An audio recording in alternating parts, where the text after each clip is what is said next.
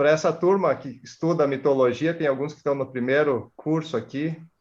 Eles estão estudando a mitologia grega, recém saímos do caos e estamos chegando na criação do homem. O senhor, com toda a sua sabedoria, que mensagem deixa para nós para encerrarmos hoje aqui? O assunto mais sério da vida humana é a mitologia que nós deixamos embaixo do tapete do processo histórico. O que nós chamamos de mitologia, frente ao que eu sou obrigado a perceber e a conviver com coisas que não são lá tão humanas assim, se isso tudo estiver minimamente assentado em lucidez, em tirocínio, a mitologia é a matéria mais importante da vida humana, só que a gente não sabe disso. Como foi transformada em mitologia, então a coisa ficou desfigurada e até hoje eu luto muito comigo mesmo para diminuir os sustos que eu estou sendo obrigado a administrar.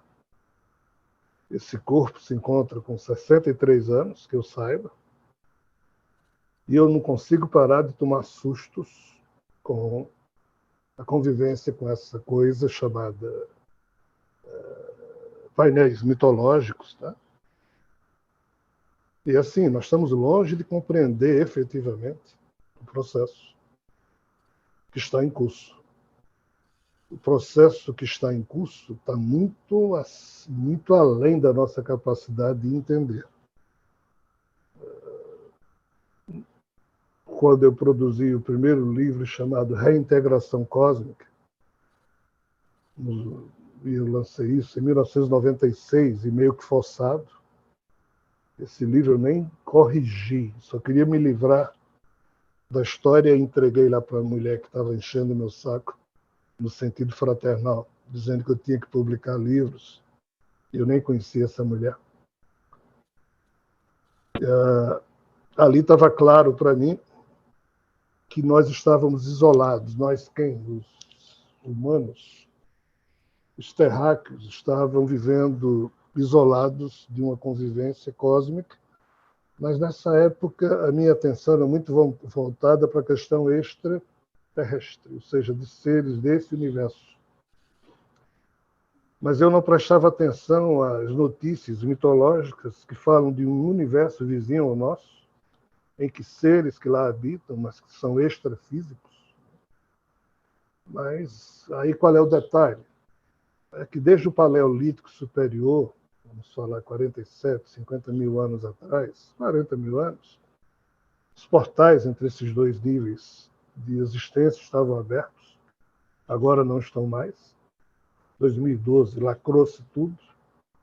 Mas, ou seja, se isso que eu estiver dizendo estiver próximo à verdade, a vida aqui na Terra sempre foi de um jeito.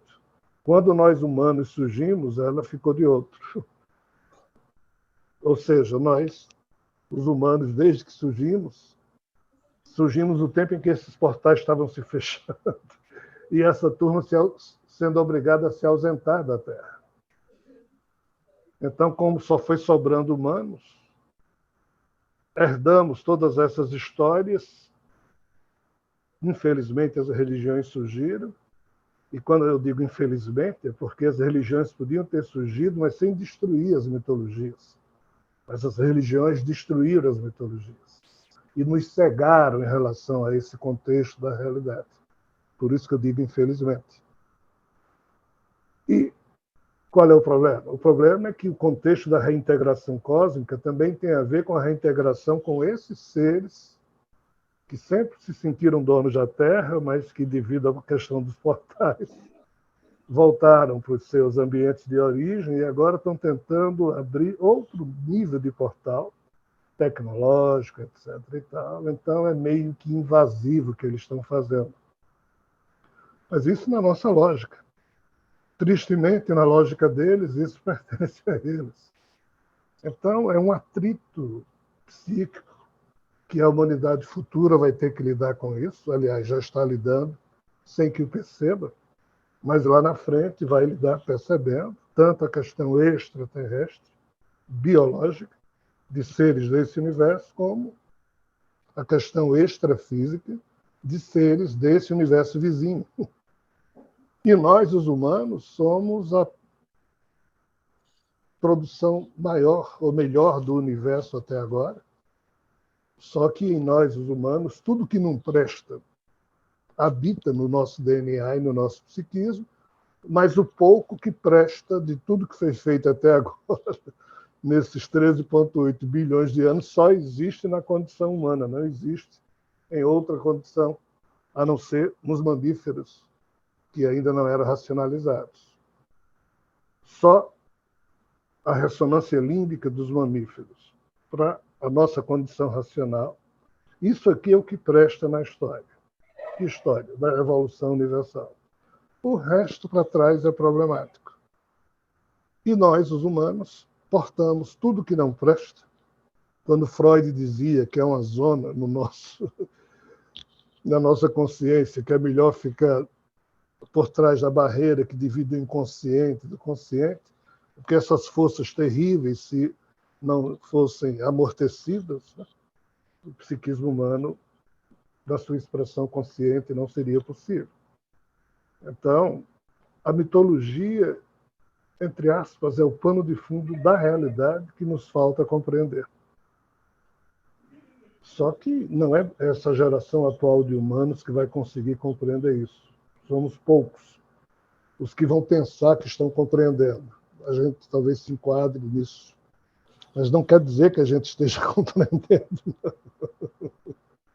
Mas pelo menos a gente vai pensar que está tentando compreender. E torno a dizer, em relação ao que você disse, que já deve ter escutado em uma ou outra palestra minha, mas assim, eu não vou mostrar porque está muito bagunçado. Eu tenho assistência de 3 netos que, quando entram aqui no meu escritório, tem casinha de Peter Pan ali, eu não sei o que, é tanta coisa aqui dentro, mas a lista, as mitologias que eu estudei a fundo, eu tenho 75 caderninhos colecionados de mitologias especialíssimas e a humanidade simplesmente não conhece isso. E eu preciso ainda escrever muita coisa sobre isso, e não tenho tido tempo, não tenho tido dado prioridade a isso. Mas, enfim, para encerrar de minha parte, olha, se a gente elencasse os 10 temas mais importantes que o ser humano lidou até hoje, crença em Deus, crença em Jesus, crença nisso, crença naquilo, blá, blá, blá, tudo isso aí que a humanidade dá uma importância formidável, mas na minha prioridade de perspectiva de realidade fundamental mesmo da vida, se eu tiver 2 minutos de vida, ou 2 horas, ou 2 anos, e eu pudesse me dedicar ao que eu acho mais importante, seria estudar mitologia e me preocupar com algum tipo de filosofia ativa, usando as palavras de vocês. O resto é tudo muito secundário. Só que a humanidade não tem como compreender isso no momento. Mas nós talvez tenhamos.